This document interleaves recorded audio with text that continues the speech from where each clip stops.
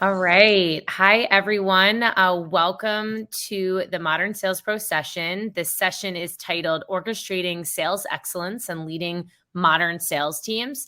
So I'm super excited to have our panelists introduced. And I'll start by kicking off as an introduction myself. I lead a strategics team at Databricks. I've been there for about a year and a half. And for those of you that don't know, Databricks is the pioneer of the data lake house. So combining the best of data warehousing and data lakes to help customers in building a modern data stack for AI and ML use cases. So really thrilled to be here, and I will kick it over to Andrew for introductions.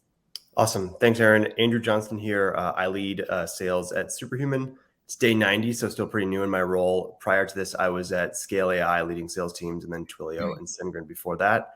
For those who don't know, Superhuman is an email overlay tool, helps you be more productive in your day, helps you get through email faster, and then we're pushing into a lens of more of a teams-based product. So excited to talk about that adventure. Great. All right, over to you, Eric. Hey, nice to meet y'all. Eric Martin, Senior Director of Strategic Sales here at Vanta. I have been here for just over 4.5 years at this point, was the first go-to-market hire, led all sales for the first 3 years. I now have the joy and honor of leading our enterprise and our account management and interestingly still our SE functions here. For those of you who are not familiar, Vanta, we created the kind of automated compliance category, and we help companies get into and stay in compliance ready postures, whether it's for SOC 2, ISO, FedRAMP, et cetera. Great. Thanks, Eric. And Brian. Thanks, Aaron. Honored to be with such an illustrious group here, and always excited to be working with Modern Sales Pros. So Brian Lawrence, I head up sales at Quasar. For those of you not familiar, we help companies launch, transact, and be incredibly successful on the cloud marketplaces. So Amazon, Google, and GCP or Azure. Sorry, early morning still, but those three cloud marketplaces. Great. Thanks, Brian. Well, thanks to all of you. Super excited to talk through some of these topics here. So to start, maybe we'll kick it off with Eric. One of the questions I had for you guys is, how do you cultivate a culture of excellence within your sales teams? How do you do that, whether it be in your current role or prior roles that you've had? Yeah, it's a great question. I was thinking about this question this morning, and the answer that came to mind is really, I think it all starts with ops, and I'd love to hear what the other folks think about this. And I say that because, I think it's critical to design, goals, quotas, comp, et cetera, such that the team, starting with, frankly, leadership, but then all the way down to the team, feels like they're in a position month over month, quarter over quarter, year over year, to actually hit their goals, right? And when you start there and the team feels empowered or like they have the ability to kind of do what we're asking them to do, you see things shift. You see them operate more from a place of confidence, and you really start to see kind of like, you start to see people perform. That's certainly been our experience. I have a couple other ideas on this topic, but I don't know. I'm curious to hear what Brian and Andrew have to say on this. Andrew, do you want to go first? Sure. Happy to jump in. I agree with you, Eric. In a lot of ways, I think ops is a huge leader, but I would also say just trust. I'm thinking about coming into a new organization inside Superhuman and getting the trust to then be able to push on reps for excellence to say, hey, this is how we operate a deal flow. This is my expectations for, Salesforce management and hygiene, et cetera, et cetera. So I think that's the one that I try to operate first from, especially when I'm coming into a new organization. Yeah. And I would just add to that, I think excellence begets excellence. And so that, Andrew and I are almost precisely at the same amount of tenure. And, just these, especially at the early stage, making sure every hire is a fantastic one. And then I think that compounds over time, that when you hire great people, they are able to refer and attract other great people. And I think one of the insidious things that can happen is it over time, if you start to lower the bar and you start to settle, you find that it can decline really quickly. And so when you're hiring amazing people and having those really high standards, you will keep getting great people. But once you lower that, it can be a slippery slope. Yeah, all really good points. I've heard that phrase. I think it's, you get what you look past or walk past, and it's kind of like keeping the bar high for everyone. And I think, with top grading, some of those books that I'm sure we've all read at one time or another about keeping the bar really high is so important to like A players wanting to then bring the other A players along for the ride. So I totally agree with that. Great. Thanks, guys. Great insights. The next question I had, and maybe we'll go backwards, so I'll throw it back to you, Brian, is what do you look for when you're building top talent? So from recruiting and development, like how do you know you've got the right person, and then what do you do with them as you're trying to develop them once they've joined your teams? Yeah, so I think, first of all, I've always been a huge believer in, especially when you're interviewing salespeople, everyone can tell you a good story and sell you. But actually, I've always loved the Colin Powell quote that past performance is the best indicator of future success. And so understanding what people have accomplished, what have they tangibly done, and not just simply, oh, if you hire me, here's what I'm going to do for you. But give me some examples. What programs have you brought? And I think especially when you're at an early stage, you need people who are adaptable and who are going to not simply wait for someone to develop X, but instead they can create it themselves. They're scrappy, they're innovative, they know how to do these things. And that continues to benefit the entire team. So those are a few of the things I look for. Yeah, super helpful. Andrew, Eric, any thoughts there? I would just add that I think it kind of hits on some of the things Brian touched on, but tenacity is a big one that I look for. The ability to push past certain struggles or have shown that they've gotten through a hard time, whether that's personally or professionally previously, I think is really important. The other one that I'll typically look for is just how can you take a complex idea, especially when I was selling developer tools, and say it more simply. And so like complex to simple. So I look for not only that in the workplace, but do they have a hobby and interest that's actually somewhat complex that then they can spit back to me and explain it to me? And so I think that's really important, is being able to dumb things down, making it really easy for customers or internal stakeholders to understand, and then having that grit to persevere. Yeah, big plus one to that. When you want to sound smart in the world of compliance and someone asks you a question, you just respond with, it depends. And so I'm going to say in this case, like what we look for, like it really depends, if we're hiring for an enterprise rep versus a commercial rep or an account manager. And so, the attributes, may range from everything from grit to experience, closing big banks to, it kind of depends on the flavor of the role for us.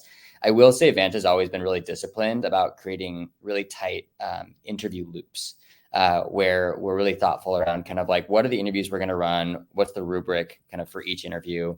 What are the questions we're going to ask to get signal on those things? What does good signal look like? In the early days, this was a pretty time-consuming effort for us, but because we kind of put in the work, building these, and in many instances, it was time-consuming because, and I'm sure a lot of startups go through this, you have to hire the first for many roles as you kind of continue to grow. And in our situation, when we were hiring firsts, rather than coming up with these loops blindly, we, reached out and spoke to half a dozen people who were in those roles or who had hired for those roles in the past to help influence us.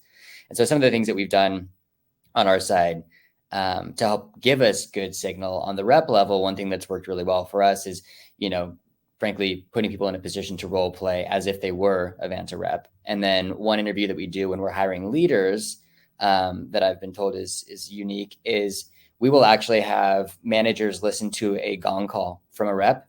And then the interview is a live coaching session with that rep talking about the call. And that allows us to get tremendous signal on managers' skills per se. But yeah, I don't know, Andrew or Brian, anything you want to add on that topic? I think you hit on some really great points, and I think one of the things I love is getting more perspectives and not just going through. I think, Eric, what you just hit upon of, hey, let's get feedback around the gong call, and having things that are related to the function, but not just, hey, let me go and ask you 20 questions, but doing some of those different type of exercises to get a new perspective can be incredibly revealing, because I've seen some people who they just nail the typical interview questions, but then when you push them outside of that, you start to see some things that are really interesting and insightful.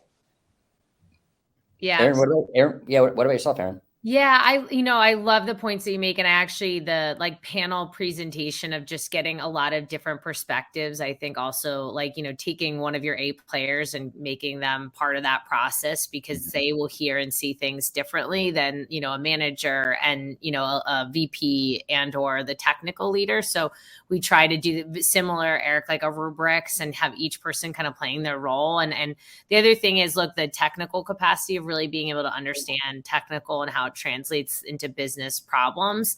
And so having like a technical person kind of suss out somebody's ability to do that is really important, at least in what we're doing today. But I think that having all those perspectives, and we really honor the fact that like if somebody on the panel says no, even if the hiring manager wants to move forward, we don't, because it's, we really value the opinion of those that are included on the panel. Yeah. That's cool. How about developing people? So now you've hired, these top talent, they're in-house, and you want to make sure, I think we all struggle with many of the technology and division, the things that we lead are moving and changing so fast, new information every day. And I think it's a constant struggle of like how much enablement, but how do you guys manage that in your organizations and making sure you're doing enough, not too much, of developing them once they're part of your organization? I can kick this off. Like something that we did in the early days, we did this for probably the first 3 years that I was at Vanta, was we started an external sales coaching program where I went out and, we acknowledged kind of the profile of our reps that we had in seat today, kind of where the gaps were.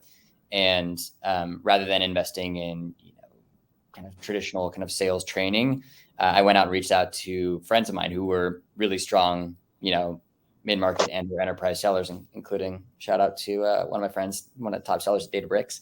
And, they would effectively mentor these like 1 or 2 reps on a weekly basis, getting in, listening to their gong calls, and actually like doing a lot of the work that you would expect from a manager. And it's not to say that our managers weren't also doing that, but this gave the managers more kind of like, altitude to like, dive more into the numbers and manage from a different perspective. So that's what we did then. Now I'd be curious to hear what the other folks do. But now, we now have an enablement team.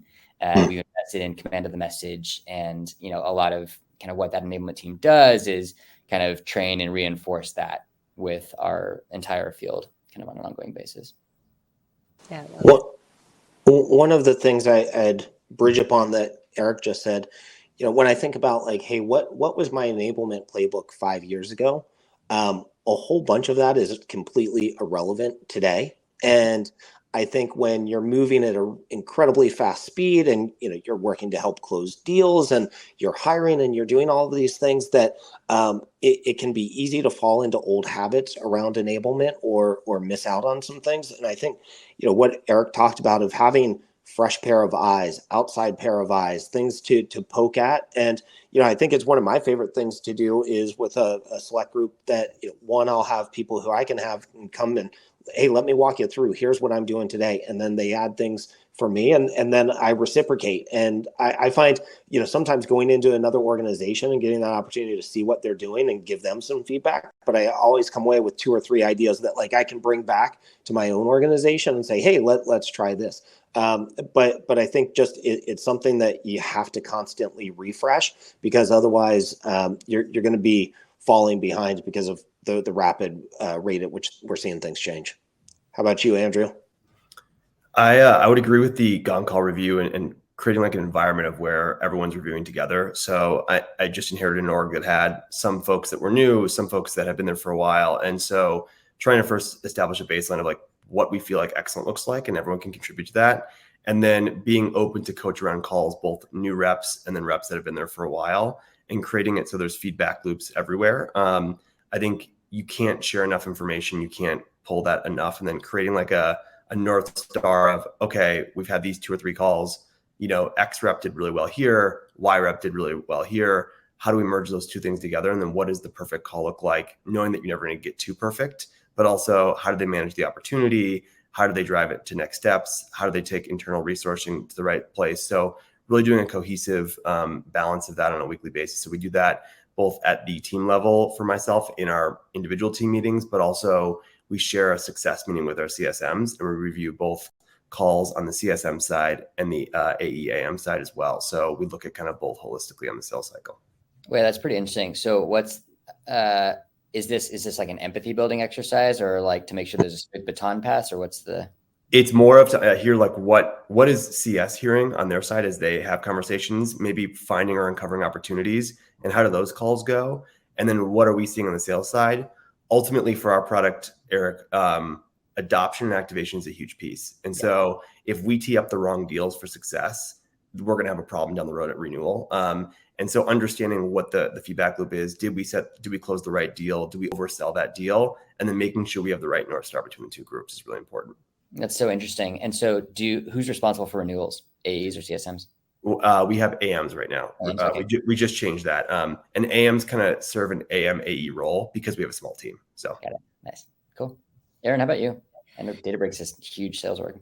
Yeah, I mean, it's getting hard, right? When you hire really fast, and we're lucky to be in like a high growth in terms of hiring and growing the team really fast. So it's been something we've struggled with because there's been so much new information, so many new people, and like how much of your background and like the rep's background comes from the data world also matters, right? Like where do you start that journey? So we've done a ton of enablement on that, but I think a lot of it too is like finding repeatable processes. Like the sales process, especially when you're focused on consumption, is super nonlinear. It's not like, getting a deal done and the process to do that. I think a lot of people who've been in sales a while know how to do that, but getting something live into production is more of like project management, CSM type stuff, and really understanding like how that process works within an organization. So we do rely on like MedPick and sales methodology, but really trying to also help be really clear about what steps and what's the information we need to know to help the customer through a predictable process. And when we see that something's working, like creating SWAT teams around that. Okay, here's the use case. We've now done this like 100 times. Let's walk them through that same process because we know it's successful, and taking out some of the guesswork from the reps about like, what do I do next? But it's an ongoing thing. I think, the world changed overnight with OpenAI and then more conversations. And then you keep kind of fine tuning it to how do you handle these new conversations? Yeah. If I can ask, I would be curious, Aaron and Eric, or Brian too. I'm just about to roll out MedPick for my team, which I'm familiar with. I also know Command on the Message decently well. I'm curious, like how long you've had those both implemented, how they've worked for your team, and just any general thoughts on making sure it's actually adopted. Yeah, Eric, you want to go first?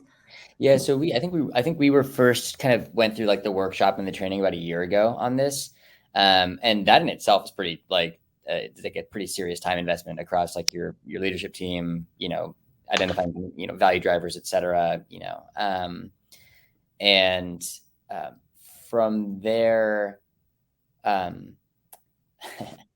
like. I'm curious what Aaron says. Like the rollout has just kind of been continuous. I think we have, with the help of the Command and Message folks, like we did pretty serious training and certification for the entire kind of field that we had at the time. All of our enablement team and managers had to go through like additional training so that they could train new hires.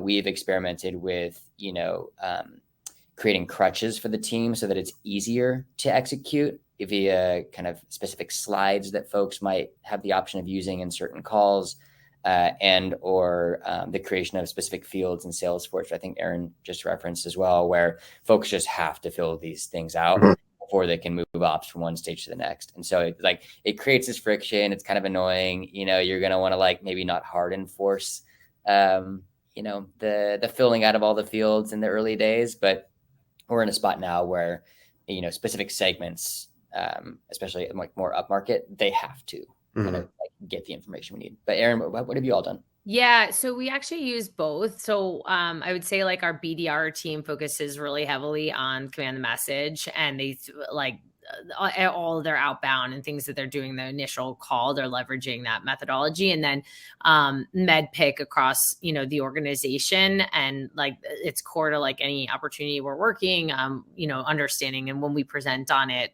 with deal reviews or QBRs, we're leveraging that. I hadn't previously had MedPick.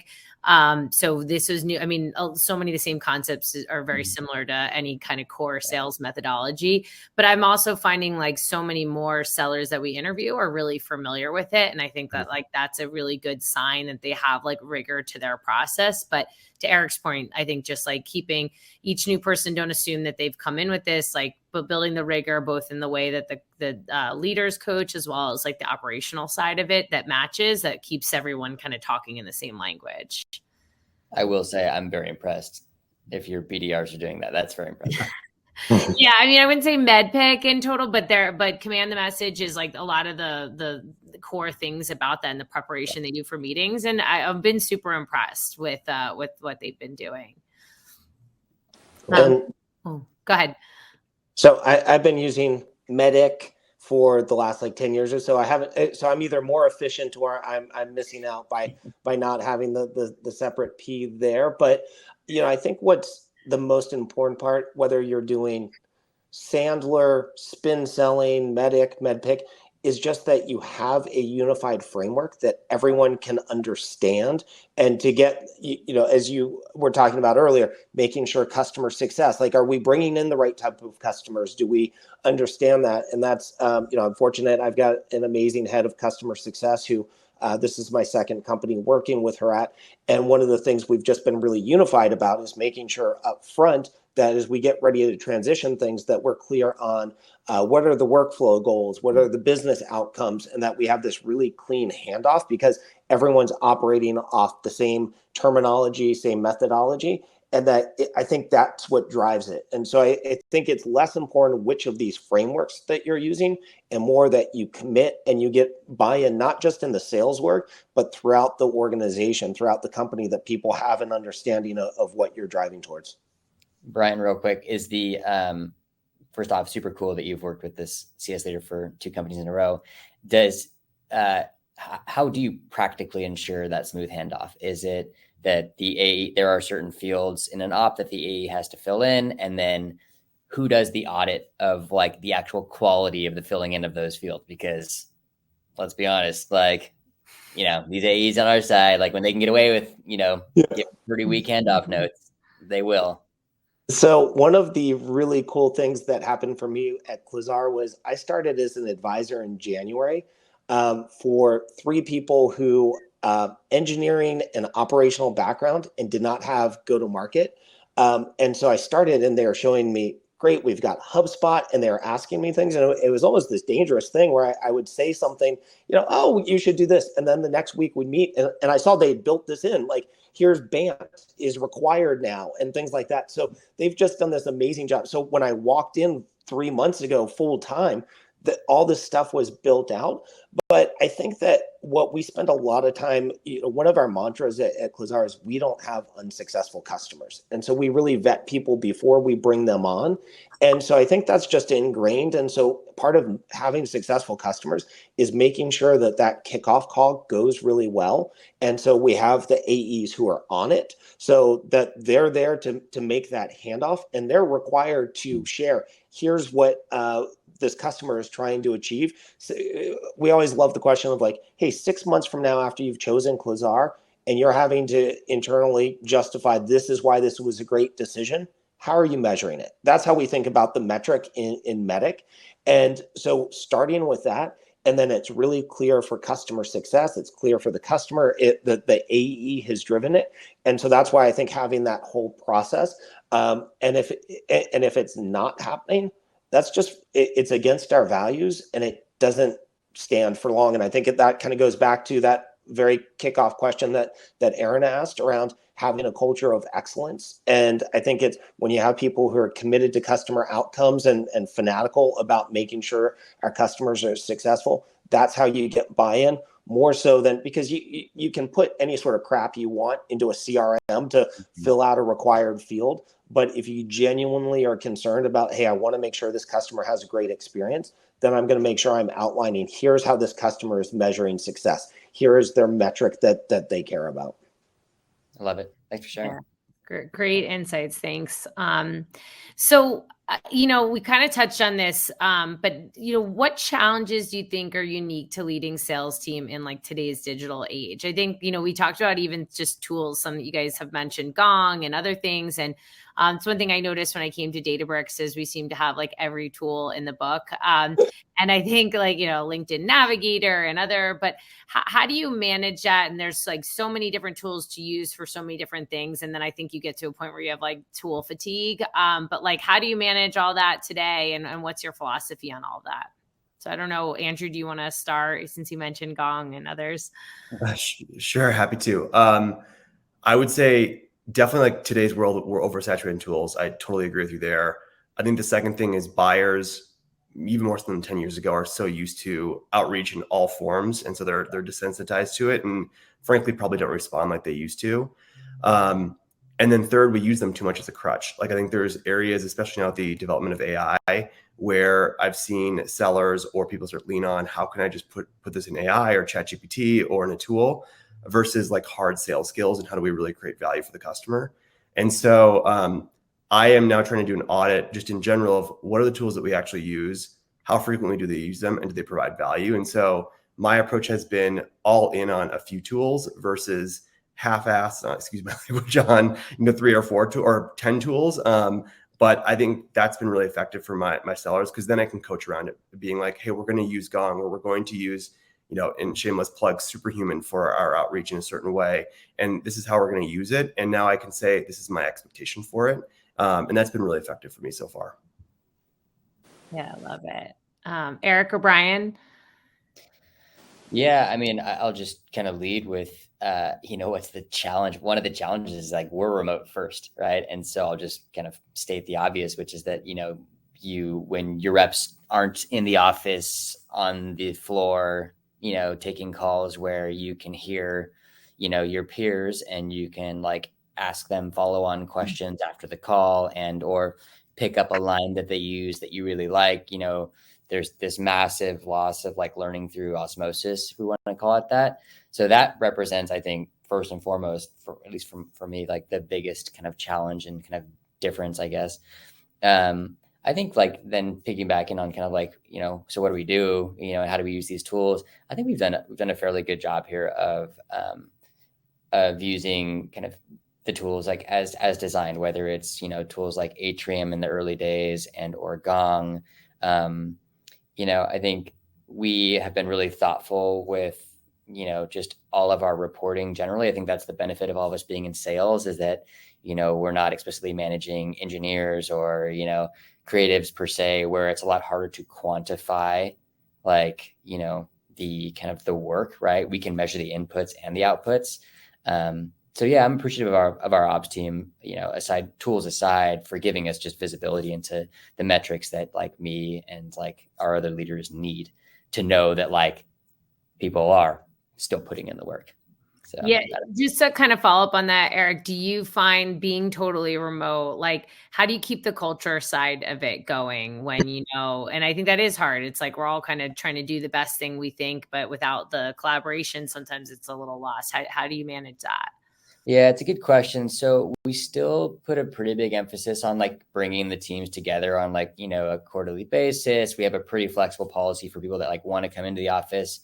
I don't know, maybe this is the UC Santa Barbara and me, but we're very much like a work hard, play hard, sales culture here. We like to I think what's especially important when everyone is remote is kind of acknowledging as many kind of like wins, big and small, as possible, and finding unique ways of calling them out, whether it's, Slack DMs and or in kind of team meetings and or in all hands. And I think we kicked off the call, maybe where Andrew was like, how do we foster a culture of excellence? Starts with trust. I think like, we also create space for kind of the team to kind of be real with, their managers and or directors, et cetera. And I think we do a pretty good job of balancing kind of like filtering through the right amount of information to the team to give them the context on like why we're asking them to do the things that we're doing. And all of this just adds up to, to folks kind of remaining engaged. Let's call it. Yeah, I love that. How about you, Brian?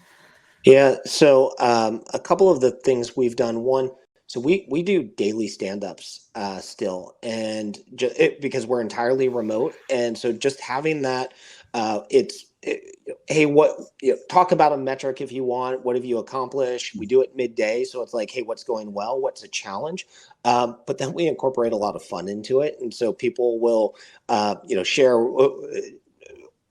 the horrible call that it was like this call could not have gone worse, but having a safe space, because I'm used to a culture of being in office where you would just hang up on someone, or someone hung up on you and everyone be like, dude, what happened? And you're like, oh, I got to tell you about this one. And you don't get that when you're entirely remote. And we use a tool called Gather, which is like a virtual workspace, virtual office, and it's got like, we've got a sales meeting room. There's I haven't been invited, or at least haven't found my way, but apparently there's a rooftop with like a fire pit, and people will go there, and then you've got video and hanging out and doing those little things. But I think those things add up to a lot, to help kind of replicate some of what we miss by not being in office and not having that presence.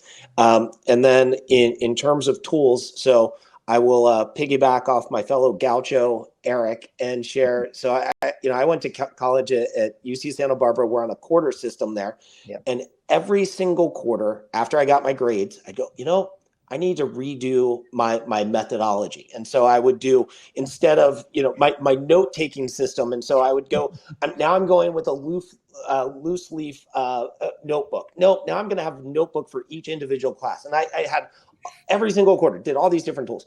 My grades never got better until I actually just put more time and work in. And that's how I feel, to Andrew's point about the tools, you can just keep buying tools, but doing that assessment of, hey, what do we have today? And could we get more out of it? Because I think for most of us, we're probably scratching like 20% of the capacity of the tools that we already have in place.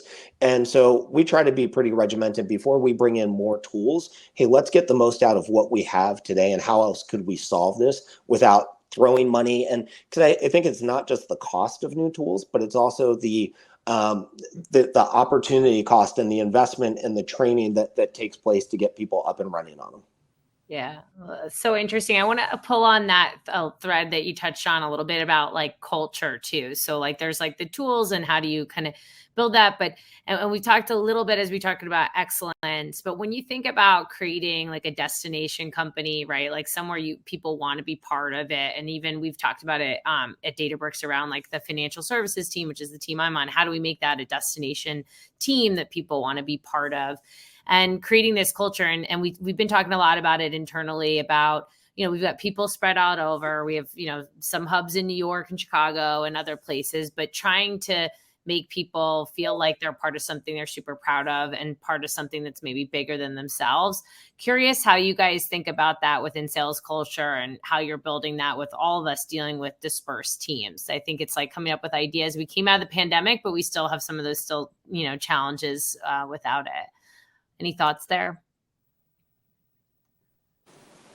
We spend a lot of time just talking about what we're trying to build as a company and what we want that to look like. And so we try to figure out early if someone's not going to be a fit. I mean, I think that's from a hiring standpoint, I make sure I try to tell people a lot of bad things about myself, all the things they will not like about working with me. And I want them to talk to the people on my team who can also tell them all the horrible, terrible things about working with me. Because I want people to know what they're getting into and what they're signing up for, and the level of commitment and energy that our team brings to it. And we do it because, no one on my team is like, hey, it's 4:59. 5 days a week, I'm shutting the laptop. And so I've had people hop on calls late at night. We've hopped on calls early in the morning. And we try to balance that with like, hey, I'm going to be really upset with you if your kid has a play 2 weeks from now at 3:00 and you're not able to block that out and go do what's important to you, but there's a trade-off. And so just really sharing with people, here's our culture, here's who we want to be. And we talk about it internally. And then we try to externalize that with people as we figure out if they want to join us and we want them to join, because I think that's a two-way street, and just making sure that it's not simply leader centric, that it's not just this top down driven thing, but that everyone's bought in and that you're jointly building this culture. I think that's the most powerful part of it. Eric, Andrew? Yeah, I'll add, I think openness is huge for us too. I think I really resonate with what you said, Brian. We try to do on the sales org, and then in general across org wide, do these retros at the end of every month. So the question I ask my team is, and even down to the individual level, where did I win? Where did I fail? What's going well? What's not going well? And then what do I need to start and stop doing? And so I think normalizing that conversation helps people feel like I have power over things that are going well or not going well. Like something's not going to be forced upon me. Also, I can help change the direction of the sales team, what I'm focused on, what the company maybe is focused on. That's really important for me. It also gives me, when you create that trust, really close feedback to what's actually happening, right? Not only at the customer level, but how are people actually thinking? How are they feeling? I ask everyone in a 1-to-1, 0 to 10, tell me how you're doing. What's contributing to, why are you at 1 or why are you at 10? And what's contributing to that? That's really helpful for me. The last thing is, I just think from a rep perspective, I want reps to go out there and say, come work with me at Superhuman. We work together at Databricks, come work with me at Superhuman. The biggest thing is they all talk about autonomy, but what does that actually mean? And what I've found, at least my definition of it, is how do you give reps the ability to make decisions inside their accounts while still giving them coaching? And it's so hard as a manager, as a director, as a VP, to not just want to, stomp on them and be like, you're taking this account the wrong way. But I always think about, like, how do you put the bumpers like a bowling lane on to help them bump in a certain range of variance, but let them really make the decision so they feel like they're empowered, they owned that account, it wasn't like forced upon them, and they were able to drive things forward, whether it's, again, at a deal level or in a process level. So I guess those are a few ways that I think about it. Yeah, plus one to both.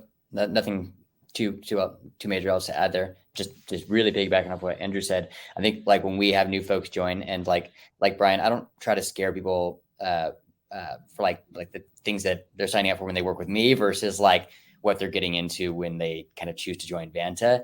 But we do put in the extra calories up front and continuously with folks, just to like set the to make it crystal clear what we expect of them.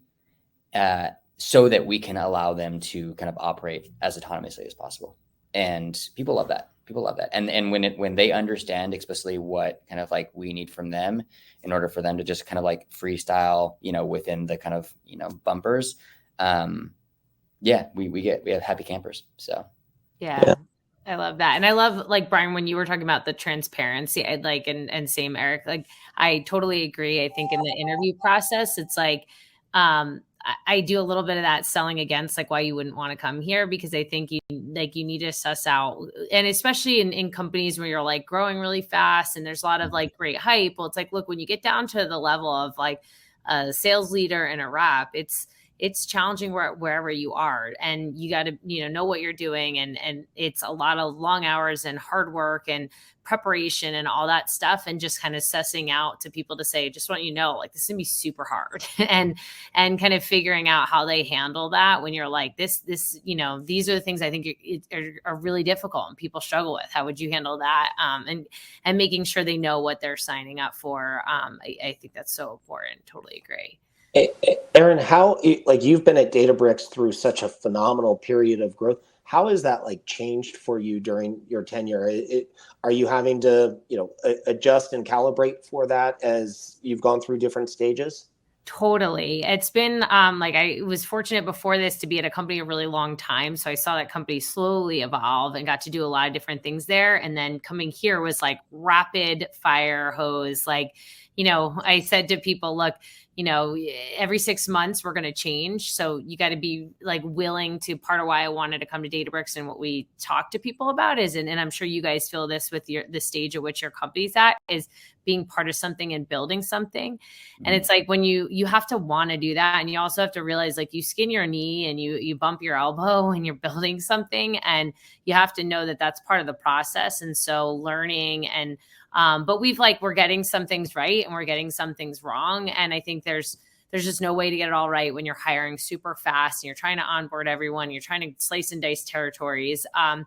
And so, yeah, I think there's been a lot of learnings in that. And I think most of the people and peers were like, okay, this is what we signed up for. We wanted to be part of this, but it can be challenging. And I think for reps too, like this stability of what am I going to be doing the same thing today as I'm doing 6 months from now? Well, like my team has changed 3 or 4 times and each time it's been like, we're aligning better to help our customers and the company grow. Of like, one is take a step towards verticalization, then take a step towards segmentation of the size of accounts, but we haven't quite gotten like a geographical focus. So everyone's flying all over the place and that has its challenges too. But it seems like each time we're making a change, we're trying to incorporate feedback and do it better. But it's the bumpy road as you go through a high growth time frame.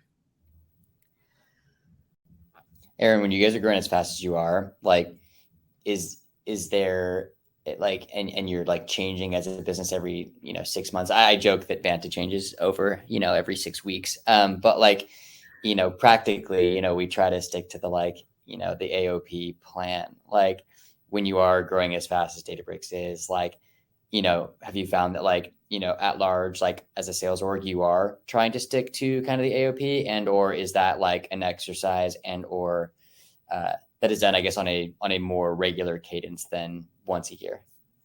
Yeah, I mean, I think we're going through the planning process pretty regularly because I think there definitely is a culture of like, let's try things. And if it's not working, then let's pivot. So, and I think the planning process being every 6 months can be super challenging because it's a lot of lift on the whole organization. But at the same time, it gives us a chance, like if we've gotten something wrong, especially for your top reps and teams, that you have an opportunity to adjust that. So there's kind of the good and the bad of that. I think eventually that won't scale to be, at this size, doing that every 6 months. So we'll have to figure that out as we grow. But I think it's been an interesting process. We're still learning, right? And I think that some of the thoughts that we had in the beginning of the year of like things we tried were like, I think that kind of worked, but now we have to tweak it because we realize some of these things, like maybe reps territories are too big or some territories are too focused. And, we need to balance like landing new customers at the same time of growing and nurturing like our existing customers, and like having the right balance, not just from people, but like general investment. And so I think we've done a good job, but we're always learning on that. Yeah. Thanks for sharing.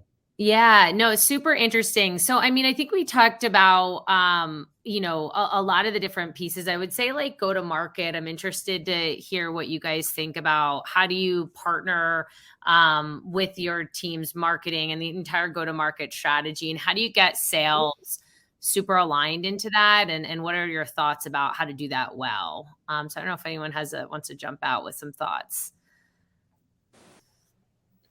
I think the closer you can keep marketing to sales, the better off you are. And I think one of the themes you've heard today is around transparency. And one of the ways we leverage that is we are an incredibly Slack-centric organization, and we use a note taker tool instead of Gong. And so you'll see lots of times where people will tag things in Slack and say and publish it, not just for a specific person, but we use channels instead of sending direct messages. So we'll publish things in channels and say, hey, check this out. Here's where they're talking about this.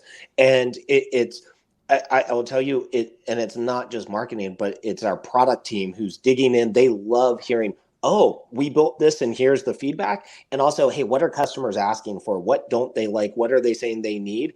And so I think the more you can share that, and it's one of the advantages. We certainly have companies who are much, much larger than us in our space, but we view our size as an advantage in many ways, that we can be nimble, that we can share, that and the head of engineering is going to listen to anytime an AE says, hey, I need help with this. And so I think, figuring out where you are, but just the more you can have transparency, because when I think there's nothing more deflating than when marketing comes in and says, here's the new deck. And everyone in sales looks at it and just says, I don't talk like this. My customers don't talk like this. These are not the pain points that come up. This totally misses the mark. And what sales most of the time goes, okay, sure, and then completely ignores it and builds their own. And so you've just totally wasted effort and not having alignment. And so I think the more you can be transparent, that's how you get that alignment. I don't know, Eric, Andrew. Yeah, I'll just say, like, we've experimented in so many ways to continue to do better here. I think one of the things that we've done over the last 12 months has been pretty effective is having our PMM team lead a weekly kind of like hour-long product enablement session for the field that's recorded, that like doesn't just give the field updates on kind of new products, features, functionality, but also kind of like how we as a business want to kind of communicate the value of these new features, et cetera, to the prospects and customers. That's been impactful and effective for us. I think our marketing team over here has done a really good job over the last 12 months of kind of shifting us from thinking about our customers through the kind of headcount segment lens to a persona-based lens. And when the team is kind of speaking to the personas and kind of how these personas are interacting with what we've built and where they get value, speaking that common language across the aisle has made for kind of like a smoother, I don't want to call it handoff, but like just easier communication. But yeah, we're also, we live heavily in Slack. And I think, Brian, what we end up doing is our engineers are in, by choice, all of these kind of channels where we're sharing Gong snippets of, highlights of people like receiving messaging well and or not well, and giving these folks the opportunity and really making sure that engineers are feeling empowered to like reach out directly to the rep and or the manager to get clarification. I think all of EPD has a Gong account with us, and they're in there leaving more comments than our sales leadership team. So, yeah, that's what we're doing. But how about you, Andrew? I would just add, I think huge plus one to the Slack awareness, like making sure that product and marketing are along for the ride. We're going through Q4 planning starting next week. So we plan on the quarter. My plans have portions that have inserts from marketing and product specifically, which is really helpful to feel like, are we designing the right product suite for our customers? Can we go sell that? Are we taking feedback? And then on the marketing side, to Brian's point, are they really closely tied to what is our approach to going to those customers? The other thing that we do is we do weekly status updates. So every leader in the company has to send out, like using the stoplight method, an email of what happened last week. Are we red, green, yellow on that priority based on the key initiative? So we use like the BPM model internally on that planning cycle. So that's been really effective. So you can get like a company-wide update of what is each team doing or what is each pod doing. The last thing I'll say is, Superhuman was very much a PLG company, very individual based. So we're doing two changes. One, we're going from individual to teams, which is hard. And then as part of that, you're going from product-led only to now product-led sales. And so it's coaching the team around how do you get them involved with customers? And the best way that we found to do that is get them really excited about like a 10x customer we're talking to. So there's a deal right now that's going on where we are sharing those Gong snippets, but they're being involved in the calls. They're getting excited about solving those problems. And then we're doing an oversharing of the wins when those problems get solved. So like if InfoSec gets blocked or we get a product release that solves a problem that that customer wants that might close the deal, we're making it very public so they feel like they are part of that deal process. And there's also a reliance on them to go close that deal. So it's a win together or win together, lose together mentality versus it's just the sales team winning this deal and we're pushing everyone down the road. I love I'll just that. say our newest unofficial value, I think, is never win alone. So yes, I love that. I always say get everybody in the boat. Like if everybody's in the boat and we're all rowing like in the same direction, I love that. One thing Databricks has done a really good job, the go-to-market teams put together like, hey, what are the key plays that we're winning with? And then like surrounding it with like, what's the marketing? So the webinar, an event or something to drive people to a leave behind. So the campaign really is multifaceted and that the reps can, it's like, go get trained up on the message, get certified on it, understand the tools and resources available. So here's the email, here's the deck, here's the webinar. And then, measuring the sales team on activity around like, are we actioning that? Are we building new pipeline around that? And if we're not, then it's like, hey, the leaders need to dig into it with their teams. Why are we not? Whether it's like fraud or whatever the use case is, like, why are we not having these kinds of conversation? And it gets like people really hyper focused on the things that we know are really good use cases for us. So I've seen that work really well too. Yeah. Aaron, I just wanted to say, I mean, this has been such a great panel. You've done an amazing job of moderating, and it's been so interesting to hear each person at different we're all at different stages, and Databricks is one of the most successful, fastest growing companies, and you've just done phenomenal things over there. Andrew, he knows I'm a huge fan of Superhuman. As someone who, I was partly one of the reasons I was excited about joining Klazar was I was like, great, I get to start over with email. And so instead of just declaring email bankruptcy, and so Superhuman, amongst other things, is such a great tool for someone like me trying to stay on top of my email and be more efficient and spend more time doing all the things we've talked about. And then, finally with Eric Vanta, like one of the biggest compliments we get at Klazar is when someone will say to us, oh, so we could, go and build the marketplace listing and try to do all that ourselves. Or we could use something like Klazar, kind of like we did with Vanta and SOC 2. And so it's just, and it's like, yes, exactly. And so I think whenever you've reached a point where your product is being referenced against something, the way we're referenced against Vanta, I think, Eric, that's just a huge compliment to everything you've done. So just want to take a minute to say what a great group this has been. And I'm so grateful I've gotten the chance to spend the time with you. Yeah, same. I +1. And thank you, Brian and Eric and Andrew. Really great. Hope that we can continue the dialogue offline, and really appreciate the time that you guys spent. So I hope everybody joining Modern Sales Pros has enjoyed the session, and feel free to connect with us on LinkedIn. So thanks, everybody. Thanks again. Thank you. Thanks all.